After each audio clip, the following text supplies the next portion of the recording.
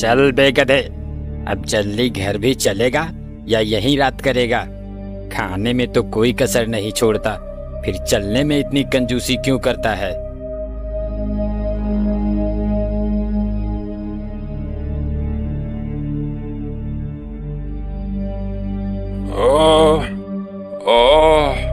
मर गया रे। इस धोबी ने तो कपड़े लाद लाद कर मेरा कचूमर निकाल दिया है। हे भगवान, मुझे इस धोबी से बचाओ, मुझे इस धोबी से बचा लो भगवान। इस तरह से गधा जब भी बोझा लाद कर आता तो कराहते हुए भगवान को याद करता। एक दिन, ले खा खा खा के तो गैंडा हो गया है, लेकिन काम करने में तेरी नानी मरने लगती है। फटाफट खा ले और चल, कपड़े लेने जाना है।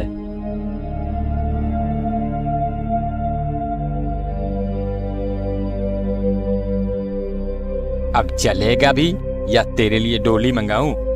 चल। हे भगवान, मुझे इस धोबी से बचाओ।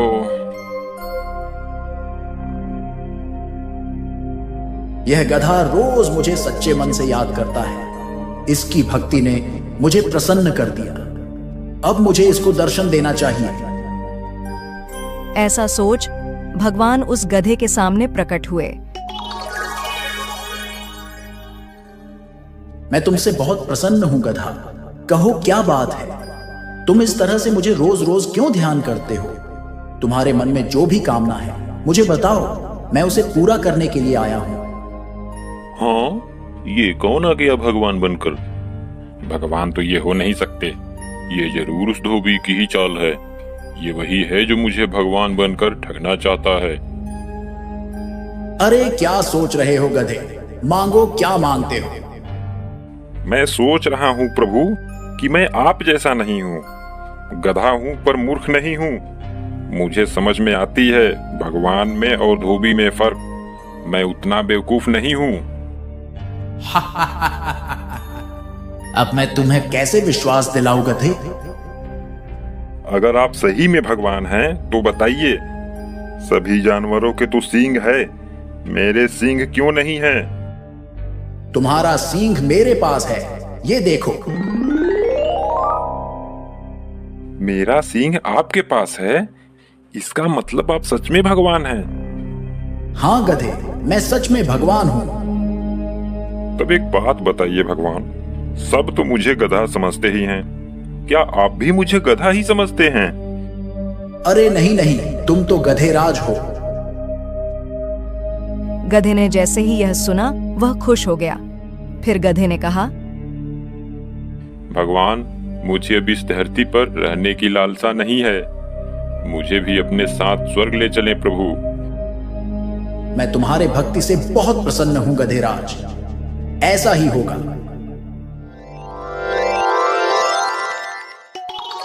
गधा भी भगवान के साथ स्वर्ग चला गया। भगवान, आपने तो मुझे सच के स्वर्ग में ला दिए। अब तो मैं यहाँ खूब मजे से रहूंगा।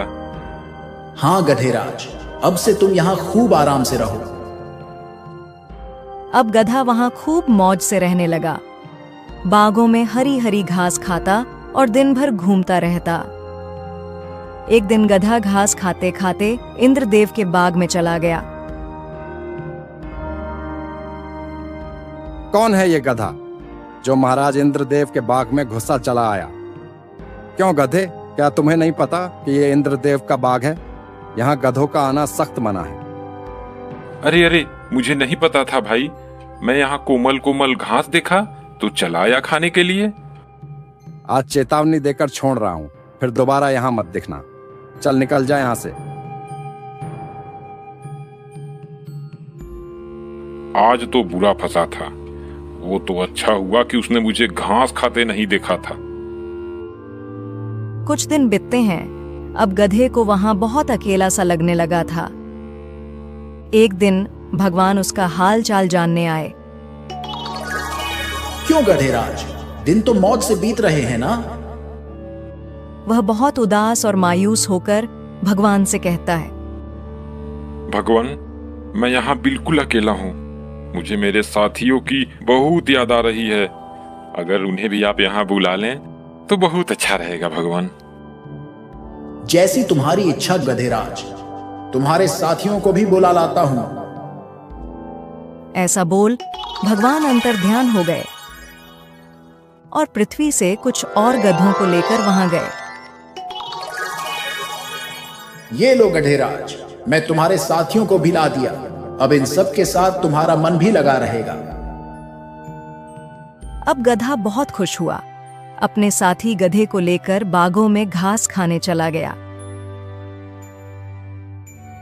जब घास खाकर सारे गधे एक साथ जमा होते हैं तो सभी गधों ने गाना गाना शुरू किया।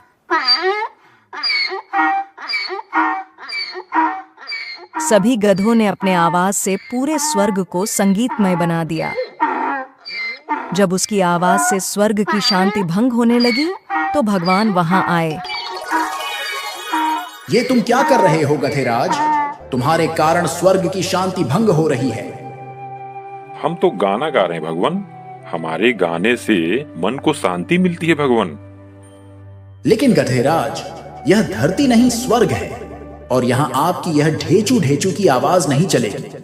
यहाँ रहना है तो तुम्हें अपनी आवाज पर अंकुश लगाना होगा। भगवान, तब तो ये सरासर जास्ती हुई। क्या हमें बोलने का अधिकार नहीं मिलेगा? फिर मैं अपने सुरीली आवाजें किसको सुनाऊंगा? गधेराज, तुम्हारे आवाजों से हमारे ध्यानों में विघ्न पड़ रही है। ये हमारी आखिरी चेतावनी समझो और इस पर अमल करो। भगवान, अगर ऐसी बात है तो मुझे नहीं रहना है यहाँ। हमें हमारे धरती पर भेज दो। वहाँ हम लोग कम से कम आजादी से बोल तो सकते हैं। जैसी तुम्हारी इच्छा गधेराज। जब तुम्हारी इच्छा धरती पर ही जाने को है तो इसमें मैं क्या कर सकता हूँ? चलो, मैं तुम्हें धरती पर भेज देता हूँ। गधे ने जब धरती पर जाने की बात सुनी तो वह खुशी से झूमने लगा। तभी चल उठ जा गधे, कब से लगातार चिल्लाया जा रहा है, हैं? न जाने दिन में सोया सोया कौन सा सपना देखता रहता है। गधा घबरा कर उठता है। हाँ, क्या मैं ये सब सपने में देख रहा था? अब चल जल्दी से खाना खत्म कर और फिर कपड़ा लेने जाना है। और हाँ, दोबारा सो मत जाना। चलो, सपने में ही सही स्वर्ग के दर्शन तो हो गए, लेकिन मुझे स्वर्ग से अधिक प्यारी यह धरती ही है। अब से मैं इच्छा भर के सबको अपने गाने तो सुना सकता हूँ। मुझे उस धुएं से क्या मतलब हिरण भाई? वह तो अपना गधा भाई उस धुएं को देखकर डर गया और इधर से दौड़ते हुए जा रहा था। उसे लगा कि शायद जंगल में आग लग गई। वह अपनी जान बचाने के लिए भाग रहा था। अब तक तो वह न जाने कितनी दूर निकल गया होगा। तो तुमने उसे रोका क्यों नहीं? तुम्हें उस मूर्ख गधे को रोकना चाहिए था। भरतपुर के जंगल में कई सारे जानवर रहते थे। उनमें एक गधा भी था। गधे का मानना था कि जंगल में उसके जैसा समझदार जानवर कोई है ही नहीं। वह हर समय उटपटांग हरकत करता और बिना मतलब की बातें सोचता रहता। कभी कभी उसके सोच के चक्कर में तो जंगल के जानवर भी फंस जाते थे। एक दिन, भाई वाह, आज तो हरी हरी घास खाकर मजा आ गया। मेरा पेट तो भर ही चुका है। अब इस पेड़ की छांव में थोड़ा आराम कर लूं, फिर आगे चलूंगा। ऐसा सोच गधा पेड़ के नीचे बैठकर आराम करने लगा और आराम करते करते इधर उधर की उटपटांग बातें सोचने लगा। मेरे जैसा बुद्धिमान इस जंगल में कोई नहीं, तभी तो समस्या आने से पहले मैं उससे बचने का रास्ता निकालता हूं। जैसे मान लेता हूं मैं यहां बैठा हूं और जंगल में आग लग जाए तो मेरा क्या होगा? मैं तो बेमौत ही झुलस के मर जाऊंगा। तभी उसकी नजर जंगल के दूसरे छोर से उठ रहे धुएं पर पड़ी। धुआं देखकर गधा घबरा गया। अरे, यह तो सचमुच जंगल में आग लग गई। इसका मतलब अब मैं मारा जाऊंगा? नहीं नहीं, इससे पहले कि आग मुझे अपनी चपेट में ले ले, मुझे यह जंगल छोड़कर किसी सुरक्षित स्थान पर भागना चाहिए। ऐसा सोच गधा घबरा कर उठा और तेजी से भागने लगा। गधे को इस तरह बेतहाशा भागते एक सियार ने उसे देखा। वह गधे को रोकते हुए पूछा, अरे क्या हुआ गधे भाई? तुम इस तरह से क्यों भागे जा रहे हो? कोई खजाना मिल गया है क्या? अरे फालतू की बातें मत करो, कोई खजाना लेकर नहीं भाग रहा मैं, अपनी जान बचाकर भाग रहा हूं। वह देखो पीछे जंगल में आग लगी है। इतना बोल गधा फिर भागने लगा। सियार ने देखा तो उसे कुछ दूर धुआं उठता हुआ दिखाई दिया। अरे हाँ, यहाँ तो सच में आग लगी है। धुआं देखकर सियार भी घबरा गया। उसे भी डर हो गया कि कहीं वह इस आग में घिर ना जाए। यह सोचते ही वह भी गधे के साथ भागने लगा। भागते भागते सियार को कुछ सूझता है और वह रुक जाता है। कहीं मैं गलत तो नहीं कर रहा हूँ? हो ना हो मैं कहीं उसी कहानी को तो नहीं दोहरा रहा हूँ जिसमें पेड़ से पपीता गिरने पर हिरण ने समझ लिया कि जंगल में कोई खतरनाक दानव आ गया है और बचने के लिए वह स्वयं तो भाग ही रहा था, उसके पीछे दूसरे जानवर भी बिना सोचे समझे भागे जा रहे थे। नहीं नहीं, मैं उस आग को बिना देखे यकीन नहीं करूंगा। मुझे उस धुएं के बारे में पता लगाना होगा कि आखिर वह धुआं कहाँ से और क्यों उठ रहा है। ऐसा सोच सियार उठ रहे धुएं की दिशा में चल पड़ा। कुछ दूर जाने पर उसे एक हिरण मिला। हिरण को देखकर सियार रुका और उससे पूछा, हिरण भाई, क्या तुम ये बता सकते हो कि वह धुआं कहाँ से और क्यों उठ रहा है? हिरण ने धुएं की तरफ देखकर कहा, वह धुआं तो झरने के पास से उठ रहा है। झरनों के किनारे खरगोश, लोमड़ी, बंदर और हम चारों दोस्त पिकनिक मना रहे हैं। हम लोग वहीं आग जलाकर बाटी चोखा बना रहे हैं। लकड़ियां कम होने से मैं इधर लकड़ी लेने आया था, परंतु यह सब तुम क्यों पूछ रहे हो? मुझे उस धुएं से क्या मतलब हिरण भाई? वह तो अपना गधा भाई उस धुएं को देखकर डर गया और इधर से दौड़ते हुए जा रहा था। उसे लगा कि शायद जंगल में आग लग गई। वह अपनी जान बचाने के लिए भाग रहा था। अब तक तो वह न जाने कितनी दूर निकल गया होगा। तो तुमने उसे रोका क्यों नहीं? तुम्हें उस मूर्ख गधे को रोकना चाहिए था। उसे रोकने की छोड़ो, एक पल के लिए तो मुझे भी उसने डरा ही दिया था।